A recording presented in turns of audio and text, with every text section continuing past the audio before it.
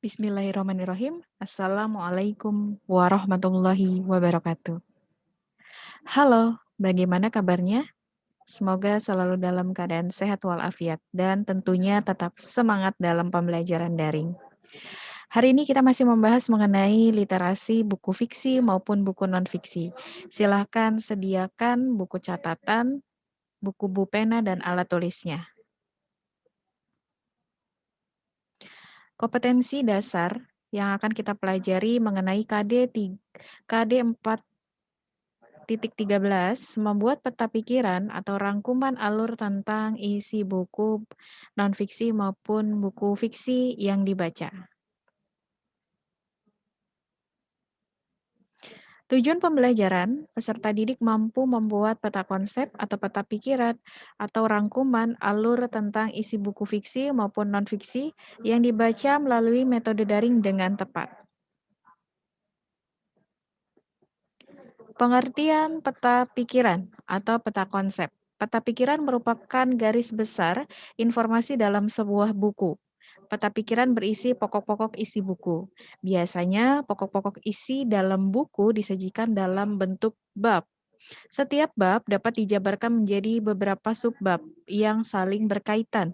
Hubungan antara judul buku, tema awal, bab, dan subbab tersebut dapat dibuat bagan yang disebut dengan peta konsep atau peta pikiran. Kita lanjut, bagaimana cara kita membuat peta pikiran atau peta konsep dari isi buku fiksi. Ini adalah triknya. Perhatikan semuanya kalau kita sudah mempelajari mengenai struktur, ya, struktur dari cerpen misalnya ya. Di sini kita lihat ada orientasi. Orientasi adalah pengenalan sebuah cerita ya, mengantarkan sebuah tokohnya siapa, lalu ada latarnya bagaimana, kira-kira ada latar tempat, waktu, suasana, ya, alurnya bagaimana, apakah maju ataukah mundur. Nah, setelah dari orientasi kita bisa melihat di sana ada komplikasi, ya. Komplikasi adalah munculnya masalah, di mana munculnya masalah tersebut dalam sebuah cerita. Lalu yang ketiga ada klimaks, berarti puncaknya masalah. Yang keempat, resolusi, bagaimana penyelesaian masalah tersebut. Dan yang terakhir adalah koda, endingnya, atau memberikan sebuah pesan moral yang disampaikan, atau bisa juga memberikan sebuah simpulan. Nah, dapat dilengkapi dengan catatan ringkas, yakni apa yang disampaikan penulis, lalu yang kedua gambaran mengenai tokoh cerita, dan yang ketiga bagaimana cerita itu dimulai. Jadi prosesnya dimulai dari orientasi dulu, lalu yang kedua komplikasi, ketiga klimaks, keempat resolusi, dan yang terakhir adalah koda. Ya, jadi ketika kalian akan membuat sebuah peta konsep atau peta pikiran dari buku fiksi, kamu bisa melihat dari strukturnya ya. Kita akan membahas mengenai struktur di sini. Ya, struktur cerpen ya kan berkaitan dengan orientasi, komplikasi, klimaks, resolusi, dan koda. Trik yang kedua, membuat peta pikiran atau peta konsep isi buku non-fiksi ya.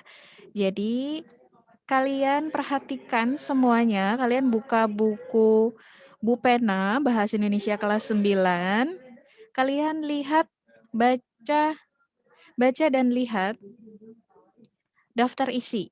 Nah, kira-kira di pena tersebut ada berapa bab yang harus dipelajari? Misalnya ada 5 bab, ya. Ada 5 bab, misalnya bab 1 mengenai teks cerita inspiratif, yang kedua bab 2 misalnya mengenai teks diskusi, bab ketiga misalnya mengenai teks tanggapan kritis, yang bab keempat misalnya mengenai pidato, dan yang kelima atau bab kelima mengenai fiksi dan non-fiksi. Nah, di sana kalian bisa melihat bahwa ada 5 bab dalam buku tersebut, dalam buku non-fiksi. Ya, lalu tuliskan masing-masing setiap bab beserta subbabnya. Contoh misalnya bab 1 mengenai teks cerita inspiratif, yaitu judulnya. Lalu kita bisa melihat subbabnya. Misalnya subbab yang pertama mengidentifikasi isi teks cerita inspiratif. Yang kedua, menelaah struktur maupun kaidah kebahasaan. Dan yang ketiga, membuat teks cerita inspiratif. Nah, itu sebagai subbabnya dalam bab 1. Untuk selanjutnya seperti itu juga. Di sini kita bisa melihat ada langkah-langkah dalam membuat peta pikiran atau peta konsep. Yang pertama adalah menulis judul di tengah-tengah kertas sebagai pusatnya, sebagai porosnya. Lalu yang kedua, buat cabang utama yang berkaitan dengan topik dalam buku dengan berbeda, ya. Lalu yang ketiga, kembangkan setiap cabang utama dalam beberapa sub cabang. Yang keempat, usahakan setiap cabang diberi label dengan kata kunci. Yang kelima, gunakan garis-garis penghubung agar mudah memahami alur dan urutannya. Oke, perhatikan semuanya. Di sini ada contoh dari peta konsep atau peta pikiran buku fiksi. Di sini Bu Gita menggunakan novel Sabtu Bersama Bapak. Ya, bisa kita lihat dan perhatikan semuanya bahwa di sini saya mencantumkan strukturnya, ya, mulai dari orientasi, komplikasi, klimaks, resolusi, koda, atau ending. Kita lihat yang pertama dari mulai orientasi. Orientasi itu sebagai judulnya. Lalu di orientasi ini memiliki subbabnya. Kira-kira orientasi atau pengenalannya dalam novel Sabtu Bersama Bapak itu membahas mengenai apa kira-kira? Misalnya di sini dikenalkan si tokohnya, ya. Tokohnya adalah seorang ayah bernama Gunawan Garnida, ya, memiliki keluarga kecil yang harmonis, lalu memiliki 2 orang anak yang bernama Satya dan Cakra. Nah, di situ kita bisa melihat bahwa orientasi atau pengenalan si tokohnya sudah terlihat, ya. Gunawan Garnida, ya. Oke, lanjut yang kedua, komplikasi. Komplikasi adalah munculnya masalah, ya, dalam sebuah cerita atau dalam sebuah novel yang sedang kita baca. Oke, komplikasinya yang pertama kita lihat Gunawan Garnida divonis penyakit kanker. Yang kedua, hidup Pak Gunawan tidak lama lagi. Yang ketiga, di sisa hidupnya Bapak ingin membuat video untuk kedua anaknya. Ya, jadi di sini komplikasinya dimulai dari Pak Gunawan ini divonis sama dokter bahwa dia memiliki penyakit kanker, hidupnya tidak akan lama lagi.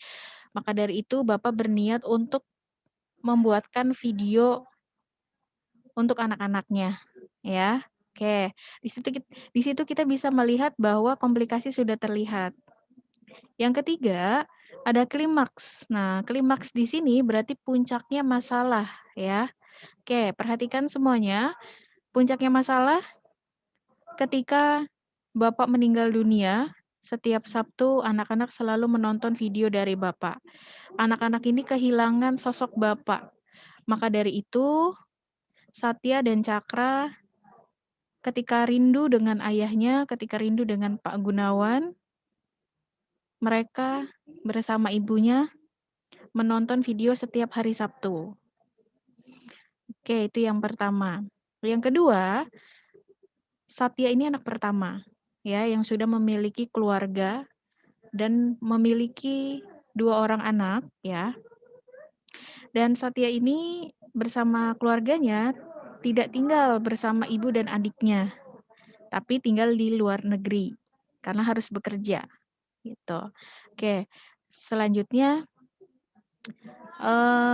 kita lihat di sini Satya ingin istrinya ini seperti ibunya, bisa memasak, bisa bisa ngurus anak dengan baik gitu. Karena menurut Satya, ibunya adalah sebagai ibu yang hebat, ibu yang baik, ibu yang bisa memberikan apapun kebutuhan untuk keluarga dan anak.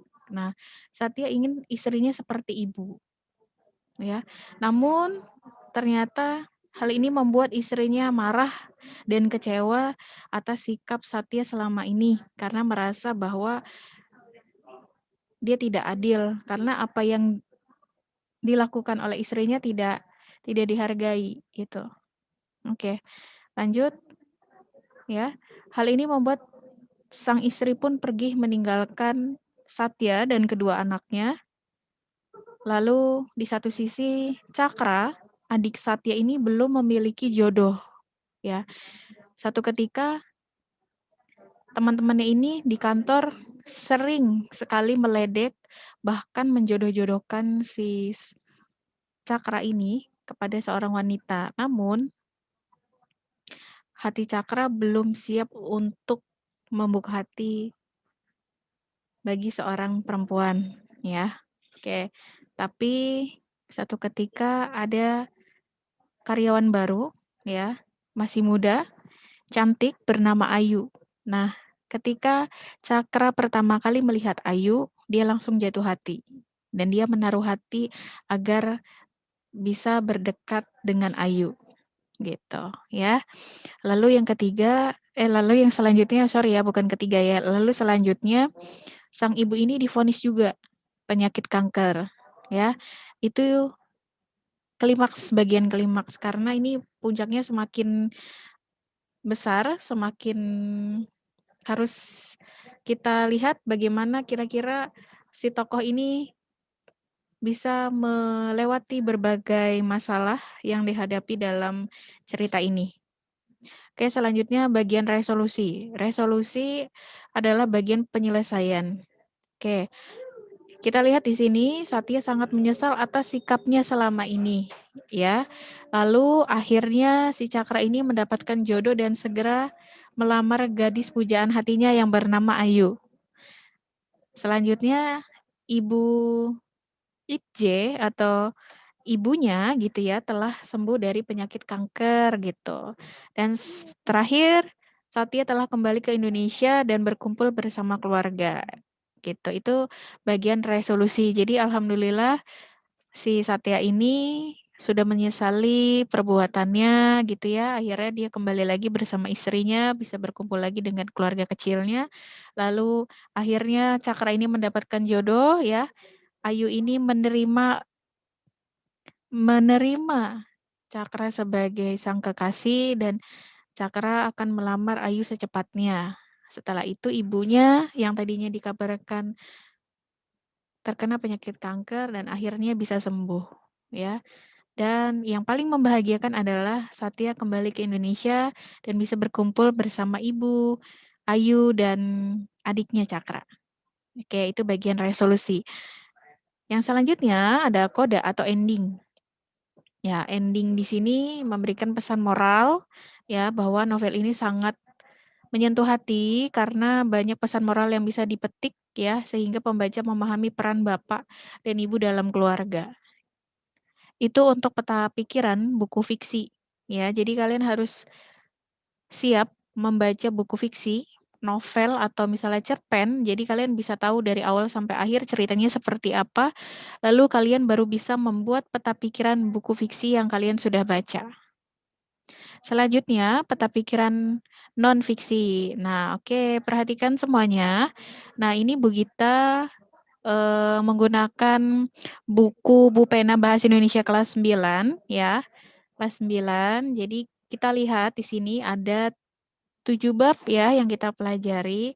Jadi, setiap babnya memiliki subbab, ya. Oke, perhatikan semuanya. Bab 1 teks laporan percobaan. Di sini ada subbabnya, yaitu materi esensial 3.1, materi esensial 4.1, materi esensial 3.2, materi esensial 4.2, dan yang terakhir uji kompetensi atau pengayaan. Nah, ini kita membahas baru satu bab ya. Lalu ada bab 2 mengenai pidato persuasif. Nah, memiliki subbab juga ya, sama ada 5. Lalu bab ketiga itu mengenai cerita pendek atau cerpen. Ya, memiliki subbab juga ada 5. Lalu bab 4 teks tanggapan kritis. Ya, teks tanggapan kritis pun memiliki subbab. Oke, selanjutnya bab 6 teks diskusi. Lalu ada sorry, bab kelima teks diskusi, bab keenam teks cerita inspiratif, dan bab 7 literasi buku fiksi dan non-fiksi yang lagi kita bahas saat ini ya. Jadi kalau untuk peta pikiran buku non-fiksi itu bisa kalian lihat di daftar isi ya. Kalian bisa melihat ada berapa bab yang akan kita pelajari. Kalau kita pelajari bahasa Indonesia itu ada 7 bab ya. Oke, jadi kalian nanti bisa menuliskan peta pikiran buku non-fiksi, ya. Oke.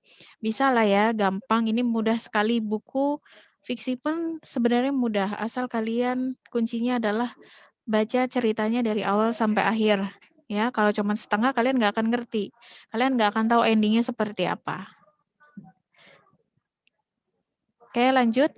Pengertian rangkuman atau sinopsis. Rangkuman atau sinopsis itu sama, ya. Artinya sama, hanya saja namanya yang berbeda. Merupakan hasil ringkasan, bisa kita sebut dengan ringkasan dari suatu bacaan. Sinopsis mengungkapkan alur peristiwa cerita. Jadi kalau sinopsis itu kita lebih lebih mengutamakan untuk buku fiksi ya, lebih mengutamakan buku fiksi karena kalau buku fiksi kan mengungkapkan alur peristiwa ceritanya. Oke. Nah, ini Bu Gita memberikan suatu trik dalam membuat ringkasan atau sinopsis. Nah, misalnya kita akan melakukan 3M, ya, melakukan 3M di sini. Yang pertama adalah membaca buku secara keseluruhan, yang kedua mencatat bagian-bagian penting, lalu ada menyusun secara utuh menjadi sebuah sinopsis. Ya, di sini kita bisa melihat ya, ini bagian terakhir kita sudah berhasil ya dalam membuat sinopsis. Misalnya buku yang kita baca halamannya sekitar 544. Namun ketika kita sudah membuat ringkasan itu menjadi lebih lebih ringkas ya, lebih memahami, oh ternyata yang dibahas di dalam novel ini sinopsisnya seperti ini ya. Makanya kita lakukan 3M. Yang pertama ada membaca buku secara keseluruhan, yang kedua mencatat bagian-bagian penting, yang ketiga menyusun secara utuh menjadi sebuah sinopsis. Jadilah seperti ini ya. Oke. Seperti itu untuk trik dalam membuat ringkasan atau sinopsis. Oke, langkah-langkahnya dalam membuat ringkasan atau sinopsis, yang pertama untuk untuk buku fiksi dulu. Buku fiksi kita sebagai pembaca harus membaca cerita tersebut secara keseluruhan. Yang kedua, mencatat bagian-bagian peristiwa penting dalam cerita. Pastikan mencatat secara berurutan agar alur cerita tetap sesuai. Yang ketiga, menyusun bagian penting tersebut menjadi sebuah sinopsis. Nah, catatan, ya perlu diingat bahwa sinopsis itu tidak boleh menyimpang dari isi buku, ya. Urutan peristiwa cerita harus sesuai dengan buku, harus sesuai dengan buku. Kalau tidak tidak akan jelas ceritanya, ya.